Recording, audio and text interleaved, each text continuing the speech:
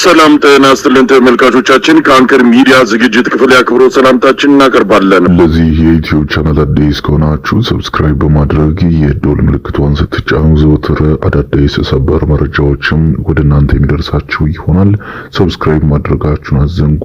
በቀጥታም ወደ መረጃዎቻችን ተሻገርን። አብረን እንቆይ። በተለያዩ የአማራ ቀጠናዎች የፋኖ ተጋድሎዎች የተካሄዱባቸው አውደ ውጊያዎች መኖራቸውን የሚገልጹ መረጃዎች ለአንከር ሚዲያ ደርሰውታል። ከፍተኛ ቁጥር ያለው የአገዛዙ ሰራዊት በአማራ ፋኖ ብሔራዊ ንቅናቄ አፋብን በኩል የወጣውን የምህረት አዋጅ ተከትሎ እጃቸውን በመስጠት ላይ መሆናቸው ተመልክቷል። በተለያዩ ቦታዎች እየተደረጉ ባሉ ውጊያዎችም በአገዛዙ ሰራዊት ላይ የሚደርሰው ሰብአዊና ቁሳዊ ኪሳራም እንደዚሁ በከፍተኛ ደረጃ እየተመዘገበ እንዳለ ነው በመናገኛቸው መረጃዎች ላይ ተመለከተው። በተያያዘ ዜናም የኦሮሞ ነጻነት ሰራዊት አዲስ አበባ አቅራቢያ የምትገኘን አንድ ቁልፍ ቦታ በቁጥጥሩ ስር ማድረጉ ተመልክቷል። በርካታ የስርዓቱን ታጣቂዎች መግደሉንም ነው ያገኘነው መረጃ የሚያመለክተው። በሌላ በኩል በኢትዮጵያ በተለያዩ አካባቢዎች ያለው ውጥረት እንደቀጠለ ነው። የአብይ አህመድ ሰራዊት ወደ ሰሜን ኢትዮጵያ የሚያደርገውን ጉዞ አጠናክሮ ቀጥሏል። ከፍተኛ ቁጥር ያለው ሰራዊትና የጦር መሳሪያ ወደ ሰሜኑ የኢትዮጵያ ክፍል እየተጓጓዘ እንዳለ ተመልክቷል። ህወሓትም መግለጫ አውጥቷል። መግለጫው ጦርነቱ አይቀሬ መሆኑን በመግለጽ ለትግራይና ለኢትዮጵያ ህዝብ ጥሪ ያደረገበት መግለጫ ነው ያወጣው። ይህ በእንዲህ እንዳለም ዓለም አቀፉ የግጭት ተንታኝ ቡድን አይሲጂ ጦርነቱ አይቀሬ ነው ሲል አንድ ጥናታዊ ሪፖርት አውጥቷል።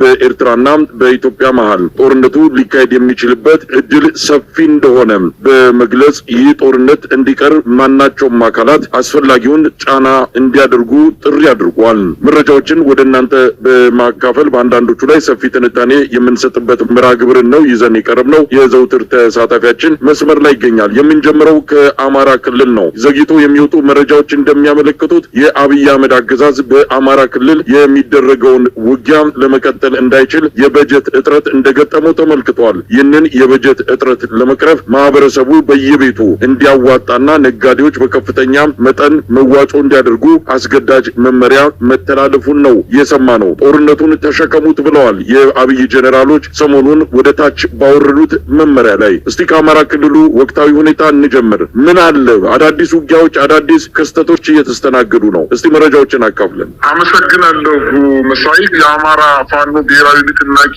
አፋብን ሸዋ ጠቅላይ ግዛት እዝ በአገዛዙ ኃይሎች ላይ የተቀናጀ ጥቃት መፈጸሙን አጠናክሮ የቀጠለ ሲሆን በዛሬው ዕለት የአጼ አምደ ጽዮን ኮር አካል የሆነው አጼ ዳዊት ክፍለ ጦር በመራቤቴ አውራጃ ሬማ ከተማ መሽጎ በነበረው የብልጽግናው ወይም የአገዛዙ ሰራዊት ላይ ወታደራዊ ኢላማ በማድረግ በከበባ ጥቃት ማድረሱን ክፍለ ጦሩ በላከው የግንባር መረጃ አስታውቋል። ከንጋቱ 12 ሰዓት ላይ መነሻውን ከሬማ ከተማ በማድረግ ወደ ማጀቴ ቀበሌ ተንቀሳቀሰ ሲሆን ልዩ ቦታው ቻይና ካምፕ በተባለ ቦታ ላይ የአጼ አምደ ጽዮን ኮር ከፍተኛ ጥቃት ፈጽሞበት መፍረሱን ለማወቅ ተችሏል። የክፍለ ጦሩ ሻለቆች በሰሩት አስደማሚ የቅንጅት ኦፕሬሽን የአገዛዙ ወታደሮች በውጊያ ወቅት የመፍረስ አደጋ ገጥሞት መበታተኑን ለማወቅ ተችሏል።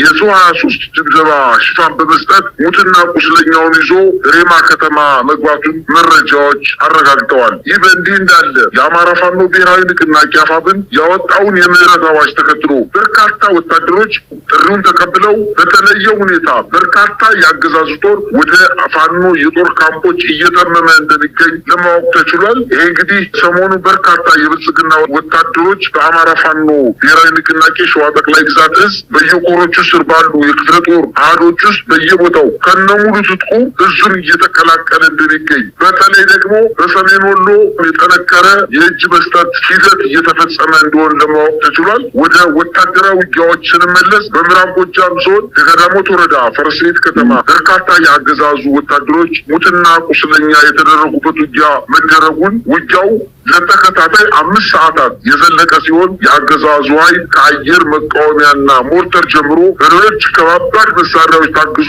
ራሱን ለመከላከል ሙከራ ያደረገ ቢሆንም ከወደ ፋኖ የተወሰደበትን የከበባና የቆረጣ ማጥቃት መቋቋም አቅቶት ሙትና ቁስለኛውን ማንሳት በማይችልበት ደረጃ መሽመድመዱን የመረብ ሚዲያም የጦር ግንባር ዘጋቢዎች ለማረጋገጥ ችለዋል። የብልጽግና ሰራዊት ስልጣኑን ለማራዘም ሲል የድሃ ልጆችን አስገድዶ የለብ ለብ ወታደራዊ ስልጠና በመስጠት በአማራ ህዝብ ላይ የዘር ጭፍጨፋ እንዲፈጸም ለማድረግ ሰራዊቱን ያሰማራ ሲሆን በዚሁ የቀጠለው ውጊያ በተመሳሳይ ፋኖ በህዝብ ላይ የተቃጣውን የህልውና አደጋ ለመቀልበስ አገዛዙ ያሰማራቸው ወታደሮች በደፈጣና በጨበጣ እንዲሁም በከበባና በቆረጣ በመደምሰስ ህዝቡን ከአገዛዙ ጥቃት መከላከል መቻሉን አስታውቋል። በሌላ ዜና በሰሜን ጎንደር ጠገዴ ወረዳ ሸምበቆ በተባለ ቦታ በተፈጸመ ጥቃት ከጎንደር ወደ ዳንሻ ሲጓዝ በነበረ የአገዛዙ የጦር ተሽከርካሪ ላይ ከፍተኛ ጉዳት በማድረስ በተሽከርካሪው ላይ የነበሩ የአገዛዙ ጦር መምታታቸውና ተሽከርካሪዋንም ማቃጠላቸውን ለማወቅ ተችሏል። እንዲሁም በዛው በቅርብ አካባቢ አርማጮ ወረዳ አሸሬ ከተማ ላይ በተሽከርካሪ ሲጓዝ በነበረ የአገዛዙ ጦር ላይ በተፈጸመ ማጥቃት መኪናው ሙሉ በሙሉ ማቃጠል ሲቻል ወታደራዊ አዛዦችን ጨምሮ በተሽከርካሪው ላይ የነበረው የአገዛዙ ጦር ሙሉ በሙሉ ማለቁን ለማወቅ ተችሏል። በምዕራብ አርማጮ ሽመለ ጋራ በከባድ መሳሪያ የታገዘ ጦርነት እየተደረገ ሲሆን የአገዛዙ ጦር ወደ ሽመለ ጋራ ሲጓዝ አዲስ ዓለም ከተባለ ቦታ ላይ ጥቃት ደርሶበት በኋላም ለ5 ተከታታይ ሰዓታት የዘለቀ ውጊያ ከተደረገ በኋላ ወደ አርማጮ ወረዳ መመለሱን በዛ አካባቢ እየተደረገ ያለውን አጠቃላይ ውጊያ የአገዛዙ ጦር በሽንፈት ወደ ከተሞች እየሸሸ እንደሚገኝ ለማወቅ ተችሏል። አሁን ማታውን የደረሰን ዜና እንደሚያመለክተው ደግሞ በኦሮሚያ ክልል በአዲስ አበባ በ35 ኪሎ ሜትር ርቀት ላይ በምትገኘው ሙሌ ወረዳ ላይ ሰኞ ገበያ በተባለ ከተማ ላይ የኦሮሚያ ነጻነት ሰራዊት በከፈተው ማጥቃት እንቅስቃሴ በስልጠና ላይ የነበሩ ከ70 በላይ የአገዛዙ ሚኒሻዎች መደምሰሳቸውንና የኦሮሞ ነጻነት ሰራዊት ከተማዋን መቆጣጠሩን ከሰሞኑ በርካታ ከተሞችን ከችን እየተቆጣጠረ እንደሚገኝና በአንዳንድ ቦታዎችም ላይ የትራንስፖርት አገልግሎት መቋረጡ በተለይ በሰሞኑ በዝዋይ ዱግዳ በሚባለው ወረዳ ላይ በርካታ የሚሊሻና የአድማ ብተና አባላትን ከገደለ በኋላ አሁንም ዝዋይ ዱግዳ የሚባለው ወረዳ በኦሮሞ ነጻነት ሰራዊት እጅ መግባቱን አሁን ደግሞ ምዕራብ አዲስ አበባ በኩል ወደ ጎጃም መውጫ አካባቢ በሚገኘው የኦሮሚያ ክልል ውስጥ ሰኞ ገበያ በምትባለው ከተማ ላይ በድንገት ያልታሰበ ጥቃት ተፈጽሞ ከተማዋን ከመቆጣጠራቸው በተጨማሪ አሁን ወደ አዲስ አበባ እያደረገ ያለው ግስጋሴ እየጨመረ መምጣቱን ለማወቅ ተችሏል። እንግዲህ በአለፉት 2 ቀናት በአማራና በኦሮሚያ ክልሎች የተደረጉ ውጊያዎችን የተመለከቱ መረጃዎችን ነው ያካፈልከን። የኦሮሞ ነጻነት ሰራዊት አዲስ አበባ አቅራቢያ አድፍጧል።